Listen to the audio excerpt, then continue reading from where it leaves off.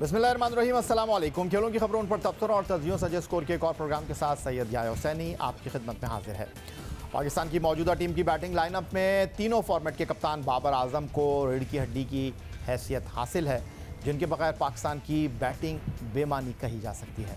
लेकिन हालिया अरसे में जिस बैट्समैन ने अपनी अहलियत सलाहियत के बलबूते पर कौमी टीम में अपना मुकाम बनाया, खुद को मनवाया, बिलाशुबा वो कोई और नहीं, बेशुमार सलाहियतों से मालामाल बासलाहियत और मेहनती विकेट कीपर मोहम्मद रिजवान है। टेस्ट और बिलखुसूस T20 क्रिकेट में मोहम्मद रिजवान ने खुद को मनवाया, साबित किया उनके बगैर टीम मुकम्मल नहीं हो सकती। इंग्लैंड के खिलाफ 3 टेस्ट की सीरीज़ में 40.25 की औसत से 161 रन बनाए। न्यूजीलैंड के खिलाफ 2 टेस्ट की सीरीज़ में 50.50 की औसत से 202 रन बनाए।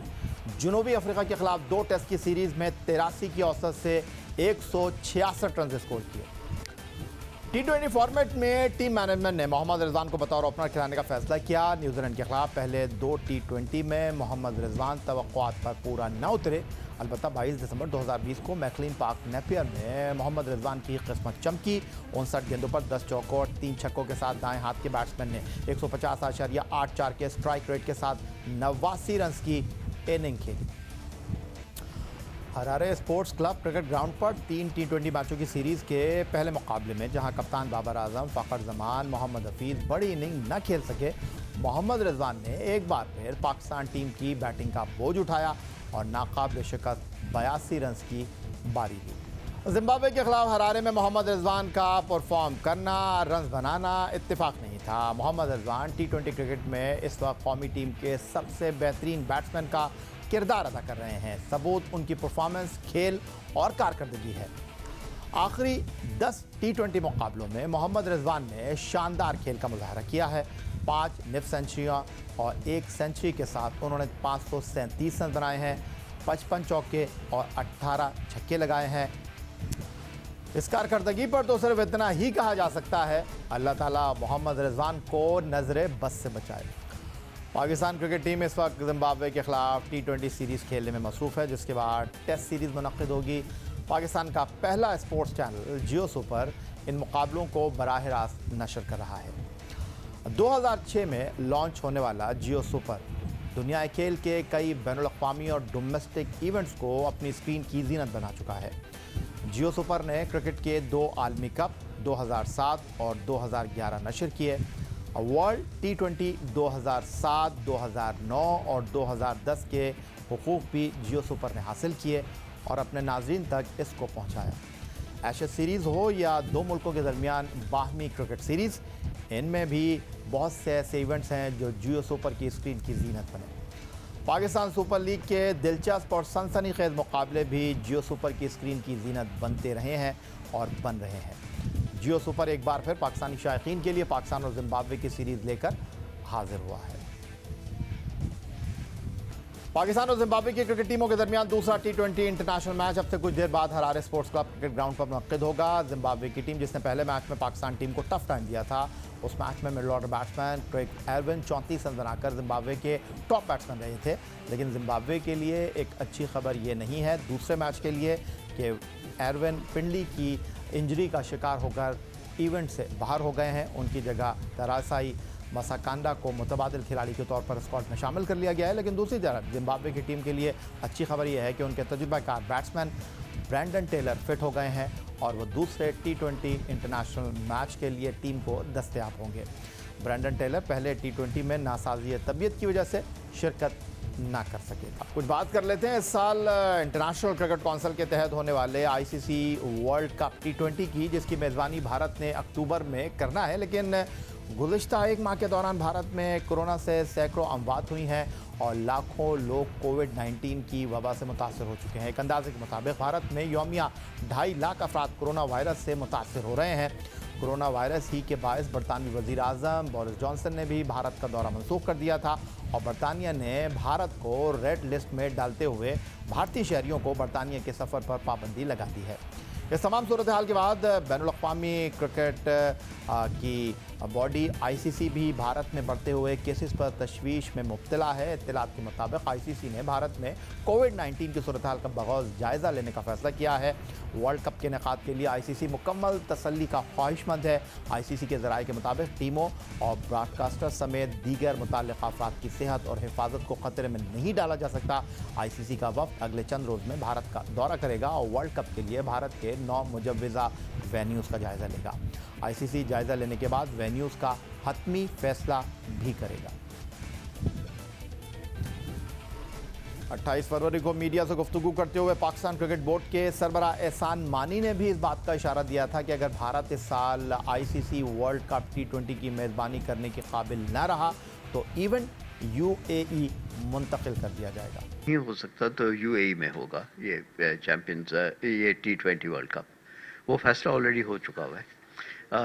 मगर मैनेजमेंट के जो आईसीसी मैनेजमेंट की तरफ से ये पैगाम ज़रूर आया है कि वो चाहते हैं कि 31 मार्च से पहले ये फैसला किया जाए। क्रिकेट की खबरों को यहाँ ब्रेक लगाते हैं और बात करते हैं इस साल होने वाले आलमी मुकाबलों की। टोक्यो ओलंपिक्स के आगाज़ में अब 100 दिन से भी कम वक्त बाकी रह गया है। खेलों के आलमी मुकाबले के जेवलिन थ्रो इवेंट में अरशद नदीम पाकिस्तान की नुमाइंदगी करेंगे, जिसके लिए पाकिस्तानी एथलीट अरशद नदीम भरपूर तैयारियों में मसरूफ़ हैं। हाल ही में ईरान में होने वाले इमाम रज़ा एथलेटिक्स कप में अरशद नदीम ने जेवलिन थ्रो इवेंट में सोने का तमगा हासिल किया। अरशद नदीम ने 86.38 मीटर थ्रो करके गोल्ड मेडल जीता। पाकिस्तानी एथलीट ने इस थ्रो के साथ अपने साउथ एशियन गेम्स का रिकॉर्ड भी बेहतर बना लिया। अब अरशद नदीम की नज़रें टोक्यो ओलंपिक्स में तिलाई तमगा हासिल करने पर मरकूज़ हैं, जिसके लिए एथलीट अरशद नदीम ने टर्की में भरपूर ट्रेनिंग का आगाज़ कर दिया है। पाकिस्तानी एथलीट टर्की के शहर अंतालिया में 3 हफ्ते कज़ाकिस्तान के एथलीट्स कोच विक्टर के ज़ेर निगरानी ट्रेनिंग कर रहे हैं। Arshad Nadeem Gloria athletics stadium में 2 सेशन में ट्रेनिंग करते हैं। अरशद नदीम 3 हफ्ते के बाद वतन वापस लौटेंगे। ओलंपिक्स ही की खबरों का मज़ीद तस्करा करते हैं। बात कर लेते हैं टोक्यो ओलंपिक्स रेसलिंग इवेंट की, जिसका क्वालिफाइंग राउंड 6 मई से बल्गारिया में शुरू हो रहा है। पाकिस्तानी रेसलर्स ने भी ओलंपिक्स क्वालिफाइंग राउंड के लिए तैयारियों का बाकायदा आगाज़ कर दिया है और उनका कैंप गुजरावाला में शुरू होगा। पाकिस्तान की जानिब से मोहम्मद बिलाल 57 और हारून आबिद 97 किलोग्राम कैटेगरी में पार्टिसिपेट करेंगे। ये दोनों रेसलर्स अपनी मदद आपके तहत ट्रेनिंग कर रहे हैं। अलमाते में एशियन क्वालिफाइंग राउंड में मोहम्मद इनाम, मोहम्मद बिलाल और हारून को शिकस्त का सामना करना पड़ा था। पाकिस्तान रेसलिंग फेडरेशन ने मोहम्मद इनाम की जगह हारून आबिद को 97 किलोग्राम कैटेगरी में लड़ाने का फैसला किया है। पाकिस्तानी रेसलर्स के पास टोक्यो ओलंपिक्स में क्वालिफाई करने का ये आखिरी मौका होगा। पाकिस्तान क्रिकेट टीम दौरे जनूबी अफ्रीका के बाद जिम्बाब्वे पर मौजूद है और दूसरा T20 मैच टीम पाकिस्तान आज Harare sports club cricket ground पर खेल रही है। पाकिस्तान के म्यारी वक्त के मुताबिक ये मैच दोपहर 2 बजे शुरू होगा और आप देख सकेंगे पाकिस्तान के पहले स्पोर्ट्स चैनल जियो सुपर पर ये मैच बराह रास्त।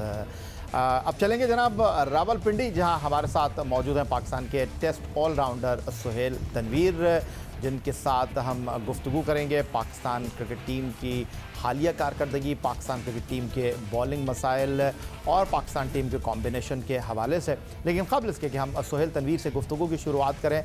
सुहेल तनवीर को पाकिस्तान T20 क्रिकेट में एक मुनफरिद मुकाम हासिल है और वो ये कि सुहेल तनवीर पाकिस्तान के T20 सर्किट के वो बॉलर हैं जिनको सबसे ज़्यादा विकटें हासिल करने का एज़ाज़ हासिल है। न सिर्फ पाकिस्तान बल्कि दुनिया क्रिकेट की मुख्तलिफ लीग में खेलने का तजुर्बा रखते हैं बाएं हाथ से तेज़ गेंद करने वाले सुहेल तनवीर, जिन्होंने पाकिस्तान के लिए वनडे, टेस्ट और T20 क्रिकेट खेली है।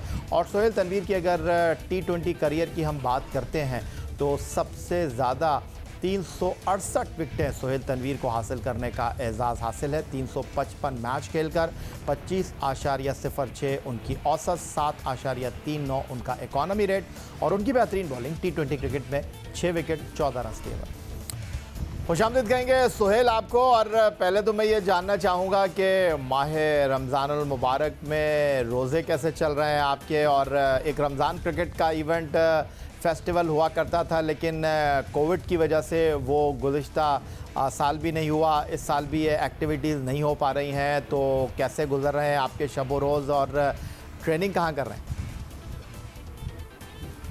जी, रमज़ान मुबारक याया आपको भी और तमाम सुनने वालों को। ऑब्वियसली एक अच्छा, वो जो आपने रमज़ान क्रिकेट की बात की, एक अच्छा क्रिकेट मेला सजता होता था, स्पेशली कराची में। तकरीबन पाकिस्तान के सारे ही प्लेयर्स वहाँ पे आके खेलते थे। एक अच्छी अपॉर्चुनिटी होती थी कि जब बाकी क्रिकेट नहीं हो रही होती थी तो अपने आप को क्रिकेट में बिज़ी भी रखते थे और एक प्रैक्टिस का अच्छा मौका मिल जाता था। और उससे ज़्यादा अच्छी बात, इम्पॉर्टेंट चीज़ ये थी कि जो हमारे क्लब क्रिकेटर्स थे उनको खेलने का मौका मिलता था, एक अच्छे प्लेटफॉर्म मिलता था उनको, अपनी सलाहियतें वो दिखाते थे। और कई प्लेयर्स आपने देखे वहाँ से निकल के मुख्तलिफ डोमेस्टिक टीम्स में भी गए। तो अनफॉर्चुनेट है, बट ऑब्वियसली कोविड की वजह से सारी दुनिया ही इस टाइम स्ट्रगल कर रही है। बाकी रमज़ान काफ़ी क्वाइट गुजर रहा है घर पे। बिल्कुल ट्रेनिंग जो है वो रात के टाइम होती है। लकीली जिम्स वगैरह अवेलेबल हैं जहाँ पे जाके ट्रेनिंग कर सकते हैं। बट ऑब्वियसली क्रिकेट की अगर मैं प्रैक्टिस वगैरह की बात करूँ, क्योंकि यहाँ पे रावलपिंडी में तो टोटली लॉकडाउन है, तो वो तो फैसिलिटी अवेलेबल नहीं है अभी। तो जो कुछ अवेलेबल है उसी को कोशिश कर रहे हैं कि यूटिलाइज़ करें। सोहेल, पाकिस्तान टीम जनूबी अफ्रीका में T20 और वनडे सीरीज़ जीती, और अच्छी बात पाकिस्तान क्रिकेट के लिए, क्योंकि जनूबी अफ्रीका भी ऑस्ट्रेलिया, इंग्लैंड, न्यूजीलैंड की तरह हमारे लिए एक ऐसी जगह थी जहां पर हम कम ही जीतते थे। लेकिन बहरहाल इस बार हमने दोनों जगहों पर कामयाबी हासिल की, इस बात से कतई नज़र कि उनकी कौन सी टीम खेल रही थी। अब जिम्बाब्वे में पहला T20 मैच बमुश्किल टीम 11 रन से जीती, 3 मैचों की सीरीज़ में 1-0 की बढ़तरी हासिल की। टीम जीत ज़रूर रही है सोहेल, लेकिन जो टीम की कारकर्दगी है वो सिर्फ 1-2 खिलाड़ियों के इर्द गिर्द घूम रही है। आप इस बात से इत्तेफाक करेंगे या आप समझते हैं कि जीत जीत होती है? ये देखिए या पहली बात तो ये कि ऑब्वियसली जीत एक जीत होती है, जैसे आपने खुद कहा। अब हमने दोनों वनडे और T20 दोनों सीरीज़ में कामयाबी हासिल की, जिसका क्रेडिट डेफिनेटली टीम को देना चाहिए। बट अगर आप नाकदाना जायज़ा लेंगे, क्योंकि ऑब्वियसली वर्ल्ड कप आ रहा है तो आपने उसकी भी प्रिपरेशन करनी है, तो उसके तनाज़ुर में अगर देखें तो ऑब्वियसली इट्स नॉट सेटिस्फैक्ट्री। कुछ प्लेयर्स के ऊपर रिलाय किया गया जिनकी परफॉर्मेंसेस स्टैंड आउट रहीं। स्पेशली मैं मेंशन करूंगा रिजवान, बाबर और फ़खर, ये तीनों हमारे स्टैंड आउट प्लेयर्स रहे।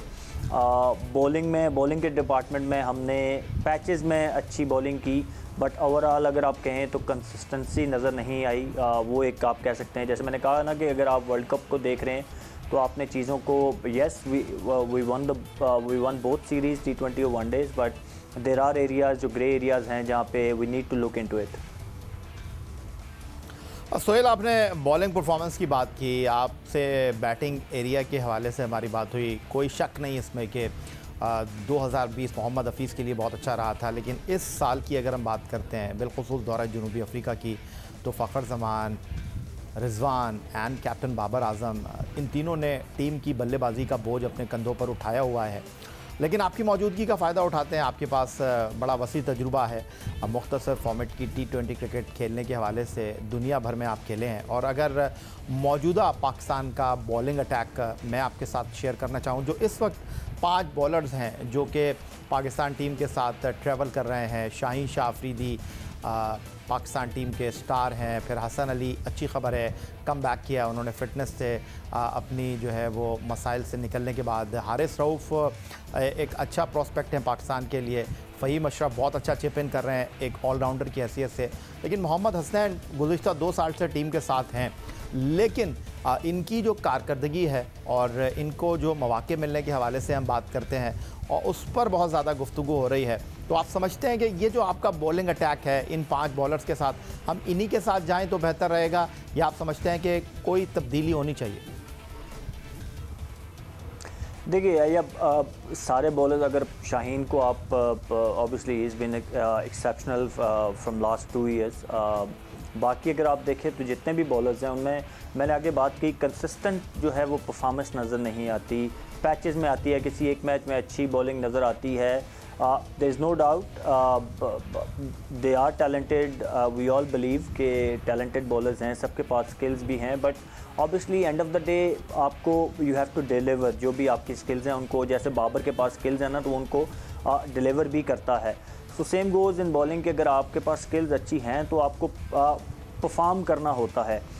अनफॉर्चुनेटली अभी हमें जो है वो कंसिस्टेंसी नज़र नहीं आ रही। यस, वाइट बॉल क्रिकेट में आपको मार पड़ती है, हर दूसरे तीसरे मैच में किसी एक मैच में आपको मार पड़ेगी, बट ऑब्वियसली अगर हर 2-3 मैचेस के बाद एक मैच में अच्छी आप बॉलिंग करें तो फिर क्वेश्चन मार्क जो है वो रेज़ होना शुरू हो जाते हैं। आपने हसनैन की बात की, हसनैन भी सेम गोज़ टू हिम के अभी जो मुझे थोड़ी बहुत इम्प्रूवमेंट नज़र आई, जो अच्छी चीज़ है कि नया बॉल हसनैन थोड़ा सा बेहतर करना शुरू हुए हैं, बट ऑब्वियसली वही बात आ जाती है कि कंसिस्टेंट नहीं हैं। हारिस रऊफ़ के बारे में भी यही है कि वो जिस दिन अच्छी बॉलिंग करते हैं, बहुत ही एक्सेप्शनल बॉलिंग करते हैं, बट वो भी कंसिस्टेंट नहीं है। तो अभी तो आपको अगर आप कहें कि कोई कंफर्म प्लेस नज़र आ रही है world, I am talking about world cup, तो वो दैट इज़ शाहीन अफरीदी। बाकी सब बॉलर्स जो हैं वो भी they need to work hard मेरे ख्याल में। सोहेल, आपने सारे बॉलर्स के ऊपर सवाल खड़ा कर दिया है कि अभी किसी के बारे में कुछ कह नहीं सकते कि कौन खेलेगा कौन नहीं खेलेगा, लेकिन शायद आफरीदी के हवाले से आप कहते हैं कि जी उन्होंने इस टीम में अपनी जगह को सीमेंट किया है। लेकिन सोहेल, अगर मैं आपसे ये जानना चाहूँ कि बहुत ज़्यादा आजकल डिस्कशन ये हो रहा है कि अगर हम हसन की बात कर लें, शाहीन की बात कर लें, हारिस रऊफ़ की बात कर लें, हसनैन की बात कर लें, ये वो बॉलर्स हैं जो कि अपनी स्पीड से बैट्समैन की विकेट उड़ाने की अहलियत रखते हैं। लेकिन हमने ख़ास तौर पर जनूबी अफ्रीका के दौरे में देखा कि बहुत ज़्यादा वेरिएशन, बहुत ज़्यादा स्लो वन हमें ये बॉलर्स करते हुए दिखाई दिए। इसकी कोई ख़ास वजह आपकी नज़र में? देखिए, वाइट बॉल क्रिकेट में यही, आप सिर्फ स्पीड पे आप रिलाई नहीं कर सकते। मैं हमेशा से ये बात कहता आया हूँ कि स्किल्स जो हैं, जो वेरिएशन है वो बहुत ज़्यादा मैटर करती है। चाहे आप 150 वाले बॉलर हों, क्रिकेट इतनी मॉडर्न हो गई है, इतनी फास्ट हो गई है, बैटिंग में स्किल्स इतनी ज़्यादा इन्हांस हो गई हैं, नए नए शॉट्स डेवलप कर लिए हैं बैट्समैनों ने। आप देखें कि अब तो अच्छे से अच्छे बॉल पे भी आपको बाउंड्री पड़ जाती है। उसकी मिसाल वो आजकल बड़ा चर्चा हो रहा है, बाबर ने एक यॉर्कर पे थर्ड मैन पे गाइड किया था, वो उसका चर्चा हो रहा है। तो आप देखें कि वो एक, मेरे ख्याल में एज ए बॉलर मैं अगर कहूँ तो वो एक परफेक्ट यॉर्कर था, बट उस पर भी अगर बैट्समैन मनूवर करके बाउंड्री ले लेता है तो पॉइंट इज़ कि आपको डेफिनेटली पेस के साथ जो है वो वेरिएशन फिर भी चाहिए होती है। और इसीलिए आपको जो बात आप कह रहे हैं, मुझे थोड़ा सा वो जो हुआ कि यॉर्कर्स इतने अच्छे नज़र नहीं आए, जो कि हमारी टीम का एक खासा रहा है। और ये सारे बॉलर भी अगर आप लीग क्रिकेट में भी देखें, PSL वगैरह में, तो हमें करते हुए नज़र आते हैं। वहाँ पे थोड़ी सी मैं कहूँगा कि वो थोड़ा लैग करके हम वहाँ पे in terms of bowling yorkers. Sohail, flat pitches हों, T20 क्रिकेट में छक्के चौके लगते हैं, मानते हैं हम, लेकिन जनूबी अफ्रीका के दौरे में एक चीज़ जो बहुत ज़्यादा नोट की गई वो ये कि नई बॉल से आपके फास्ट बॉलर विकेट नहीं उड़ा पा रहे हैं, डेथ ओवर में आपके बॉलर्स रन नहीं रोक पा रहे हैं। तो ये तो एक खामी हुई ना, ये तो आपकी बॉलिंग के ऊपर एक बड़ा सवालिया निशान हुआ, जिसके तनाजुर में आपकी बात दुरुस्त लगती है कि माँ सिवाय शाहीन शाह अफरीदी के आपको लगता है कि बॉलिंग में तब्दीली नागुज़ीर है। देखिए, या इकॉनमी रेट बड़ा मैटर करता है T20 क्रिकेट में। अगर आप 40 रन दे के 2 विकेटें लेते हैं तो वो टीम के लिए इतना फ़ायदेमंद नहीं होगा जितना आप 4 ओवर में अगर 26 से 28 रन देते हैं और आपको ही आउट नहीं करते। येस, विकेट मैटर करती हैं, एट टाइम्स आपको विकेट टेकर भी चाहिए होते हैं, लेकिन सारे बॉलर ही आपको एक जैसे, अगर वो आपने इसकी मिसाल आप देखें, पहले 3 T20 में हमारे सारे बॉलर्स तकरीबन 10 रन के इकॉनमी रेट से रन्स दे रहे थे। तो वो वहाँ पे ये तो लकीली हमारे टॉप ऑर्डर की फॉर्म इतनी अच्छी थी माशाल्लाह, और अल्लाह करे वो इसी तरह कंटिन्यू करें इसको, जैसे बाबर और रिजवान और फ़खर की फॉर्म लगी हुई है। अगर वो इन फॉर्म ना होते तो शायद ये सीरीज़ हमारे लिए मुश्किल हो जाती, क्योंकि हमने पहले में 190 चेज़ किया, फिर एक हमने 200 रन चेज़ किया। तो बाकी आपने जो बात की नया बॉल, देखिए नया बॉल भी, जिस तरह नया बॉल खेलना एक स्पेशलिटी है, इसी तरह नया बॉल करने वाला बॉलर भी जो है वो डिफरेंट स्किल्स वाला बॉलर होता है। हमारे पास अभी आपको 1 डायमेंशनल बॉलिंग लाइनअप नज़र आती है, सारे ही तेज़ बॉलर और इन टू द पिच करने वाले बॉलर हैं। स्विंग करने वाले बॉलर अभी आपके पास नहीं है। नया बॉल करने वाला एक डिफरेंट बॉलर होता है, उसके लिए आपको एयर देनी होती है, तो वो ऑब्वियसली अभी है नहीं, तो रिज़ल्ट आपको वही नज़र आ रहे हैं। सोहेल तनवीर हमारे साथ रावलपिंडी से मौजूद हैं। पाकिस्तान के फास्ट बॉलिंग अटैक के हवाले से हम बात कर रहे हैं और मौजूदा टीम की अगर हम बात करते हैं, जहां फ़हीम अशरफ, हसन अली, शाहीन शाह अफरीदी, हारिस रऊफ़, मोहम्मद हसनैन इस वक्त टीम पाकिस्तान के लिए वाइट बॉल क्रिकेट में टीम स्क्वाड का हिस्सा बने हुए हैं। उनकी आखिरी 10 T20 मैचों की परफॉर्मेंस को हम आपके साथ शेयर कर लेते हैं, उसके बाद ये तमाम चीज़ें सोहेल तनवीर के सामने रखते हैं। सोहेल, अगर हम बात करें हसन अली की, तो आखिरी 14 विकटें उन्होंने T20 मैचों में हासिल कर रखी हैं। 10 मैचों में उनका इकॉनमी रेट 9.78 बनता है।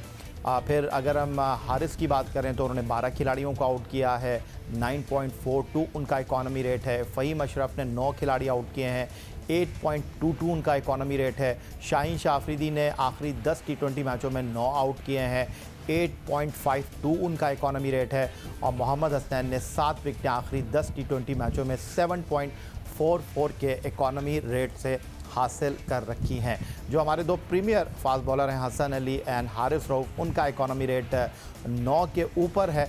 और इस चीज़ को आप किस तरह देख रहे हैं कि T20 क्रिकेट हो या वनडे क्रिकेट हो, उसमें बॉलर का इकॉनमी रेट बड़ा इंपॉर्टेंट है। और हमारे जो तमाम 5 फास्ट बॉलर जो इस वक्त टीम के साथ हैं, उन तमाम का जो इकॉनमी रेट है वो 7+ है। जी बिल्कुल, मैं यही बात कर रहा था। 7+ इज़ एक्सेप्टेबल, लेकिन 8+ जो होता है ना, वहाँ पे फिर थोड़ा सा आप कहें कि कंसर्न शुरू हो जाता है। आप टीम में, जैसे मैंने आगे बात की कि यू कैन अफोर्ड 1 और 2 बॉलर, उनकी आप ये फिर ड्यूटी उनकी होती है कि they can go for runs but they have to take wickets as well. But कुछ बॉलर आपके होते हैं जिनकी ड्यूटी होती है, जिनका रोल होता है टू कंटेन, वो चाहे पावर प्ले के बॉलर हों या डेथ में आप बॉलिंग कर रहे हों, तो डिफरेंट रोल्स होते हैं।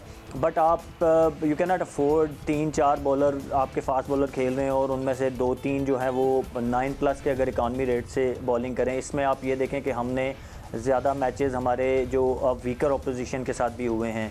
तो जब आप बड़ी टीम्स के साथ खेलते हैं तो इसमें और ज़्यादा चांसेस होते हैं that you can go for runs. So obviously ये एरियाज़ हैं जहाँ पे हमें वी नीड टू इम्प्रूव। और ऑब्वियसली बॉलर भी इसके ऊपर they must have been working hard, और को मैनेजमेंट भी इसके बारे में सोच रही होगी या बात कर रही होगी या इसके ऊपर वर्क कर रही होगी। हम तो यहाँ बैठे हुए हैं।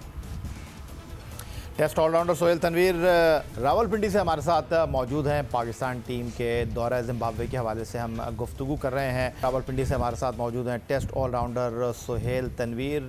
सोहेल, बहुत ज़्यादा हम बात कर रहे हैं शाहीन शाह अफरीदी को आराम करवाने की, और हमने देखा कि उनके साथ हसन अली को पहले T20 मैच में टीम मैनेजमेंट ने जो है वो बाहर भी बिठाया। और बात हो रही है कि जनाब उनके वर्कलोड को मैनेज करने की। शाहीन शाह अफरीदी की अगर मैं बात करता हूं तो कोविड-19 के बाद जब से बायोसिक्योर सूरत हाल में क्रिकेट का आगाज़ हुआ, तब से अब तक शाहीन शाह अफरीदी ने बैनुल अक़वामी क्रिकेट में सबसे ज़्यादा ओवर्स करवाए। शाहीन शाह अफरीदी ने तीनों फॉर्मेट में पाकिस्तान की जानिब से 26 मुकाबलों में हिस्सा लेते हुए 328.4 ओवर्स किए। इस फहरिस्त में दूसरा नंबर भारत के रवि चंद्रा यशवन का है, जिन्होंने 322.4 ओवर्स कराए, जबकि शाहीन शाह अफरीदी के अलावा दुनिया के किसी फास्ट बॉलर ने इस दौरान 300 से ज़्यादा ओवर्स नहीं किए। तो आप समझते हैं कि ये बेहतर हमने किया कि पहले T20 मैच में उनको बाहर बिठाया और उनको अभी भी रेस्ट कराना चाहिए? जी बिल्कुल, मेरे ख्याल में एक वाइज डिसीजन था। और जो मैंने ख़बर पड़ी है, शायद मैनेजमेंट तो पहले भी उनको रेस्ट करवाना चाह रही थी, but he wanted to play. Obviously वो भी बहुत यंग हैं, इस एज में इतना ज़्यादा फटीग भी नहीं होता इंसान, बट स्टिल उनको लार्जर पिक्चर को माइंड में रखना चाहिए शाहीन को, क्योंकि आगे वर्ल्ड कप आ रहा है। और अभी हमारे मेन बॉलर हैं वो, he is been doing wonderfully well from last year और सो अच्छा वाइज डिसीजन था। लेकिन अभी मेरे ख्याल में आइडियली यही है कि अब कल उन्होंने रेस्ट किया था, अभी ही can play tomorrow and again he can rest. इसमें ये होगा कि एक तो उनकी भी मैच फिटनेस चलती रहेगी साथ, क्योंकि लंबे टाइम तक बाहर बैठना भी वो इतना सूटेबल नहीं होता। और दूसरा आपके पास चांस होगा कि you can try your bench strength के, क्योंकि obviously Zimbabwe with due respect उतनी स्ट्रॉन्ग ओपोनेंट नहीं है जितनी कि बाकी ऑस्ट्रेलिया या इंग्लैंड वाली टीम्स हो सकती हैं। तो इट्स अपॉर्चुनिटी कि आप अपने बेंच स्ट्रेंथ को भी ट्राई कर सकते हैं। दूसरा, शाहीन को थोड़ा रेस्ट भी मिल जाएगा. So he can play tomorrow, maybe he can rest again in last game. But जैसे मैंने कहा, देखिए बैठ के यहाँ पे बात करना इज़ टोटली डिफरेंट. और वहाँ पे क्या सिनारियो है, क्या सिचुएशन है, शाहीन खुद क्या सोचते हैं अपने बारे में, दैट रियली मैटर्स कि बॉलर खुद क्या सोचता है इस बारे में कि वेदर ही नीड्स रेस्ट और नॉट. सोहेल, बात हो रही है फास्ट बॉलर की, तो आपकी मौजूदगी का फ़ायदा उठाते हुए स्पिनर्स की भी बात कर लेते हैं. और इमाद वसीम को ड्रॉप करके दौरा जनूबी अफ्रीका और जिम्बाब्वे के लिए मोहम्मद नवाज़ के ऊपर भरोसा किया गया और मोहम्मद नवाज़ को वाइट बॉल क्रिकेट में इमाद वसीम की जगह टीम का हिस्सा बनाया गया. उसके ऊपर आप क्या कहते हैं? लेकिन क़ब्ल इसके कि मैं आपसे बात करूं, जो परफॉर्मेंस है इमाद वसीम की T20 क्रिकेट में और उसके साथ मोहम्मद नवाज़ की ओवरऑल T20 क्रिकेट में बैनुल-अक़वामी सतह पर, वो मैं आपके साथ शेयर कर लेता हूं. पहले नवाज़ की बात कर लेता हूं. 24 T20 मैचों में 462 गेंदें, 544 रन, 20 विकटें, 7.06 उनका economy rate. On the other side Imad Wasim 49 T20 match, 1032 गेंदे, 1070 रन दिए, 47 विकटें, 6.22 उनका इकॉनमी रेट. आप क्या कहते हैं, क्या इमाद वसीम की T20 क्रिकेट में टीम पाकिस्तान को ज़रूरत है या मोहम्मद नवाज़ उनका बेहतर नेमुल बदल है? देखिए या दोनों ही अच्छे क्रिकेटर हैं और दोनों के जो आपने स्टैट्स बताया, थिंक वंडरफुल. दोनों के ही स्टैट्स ऐसे हैं कि they both deserve to play. But obviously दोनों का रोल जो है वो ऐसा है कि टीम मैनेजमेंट या सेलेक्टर्स के लिए मुश्किल है कि दोनों ही को इकट्ठा खिलाएं. So they have to pick one. और वो अभी नवाज़ को टीम मैनेजमेंट खिला रही है, but that doesn't make Imad Wasim a bad option. वो भी अपनी जगह, और जब भी वो खेले ही ऑलवेज डिलीवर्स. और नवाज़ भी अभी खेले तो नवाज़ ने भी डिलीवर किया है. सो ये एक मैं कहूँगा अनफॉर्चुनेट है दोनों प्लेयर्स के लिए कि वो एक ही एरा में, एक ही ऐसे टाइम पे खेल रहे हैं जहाँ पे देखिए एज ए कैप्टन मैं हूँगा या एज ए कोच हूँगा तो मैं भी दोनों को सेम प्लेइंग 11 में मेरे लिए भी मुश्किल होगा लेके आना. So you have to choose one. तो अभी वो नवाज़ को खिला रही है मैनेजमेंट. लेकिन सोहेल, अगर मैं आपसे ये जानना चाहूँ, जो इस वक्त हमें सबसे बड़ा प्रॉब्लम पाकिस्तान टीम का लग रहा है, अब वो ये है कि हमारे पास नई गेंद का जो फास्ट बॉलर है उसको हम बहुत ज़्यादा मिस कर रहे हैं, क्योंकि बहुत ज़्यादा क्रिकेट खेल रहे हैं शाहीन शाह अफरीदी और उनकी कारकर्दगी आखिरी 10 मैचों में मैंने आपके साथ शेयर की. लेकिन बावजूद इसके शाहीन शाह अफरीदी को हम कह सकते हैं कि एक्सेप्शनल केस हैं. वो हम नई गेंद से गेंद करवा रहे थे, इमाद वसीम की जगह अब नवाज़ आए, कहीं वो परफॉर्म कर रहे हैं, कहीं वो परफॉर्म नहीं कर रहे. लेकिन आप समझते हैं कि हमें नई गेंद के फास्ट बॉलर की ज़रूरत पड़ेगी आगे चलकर?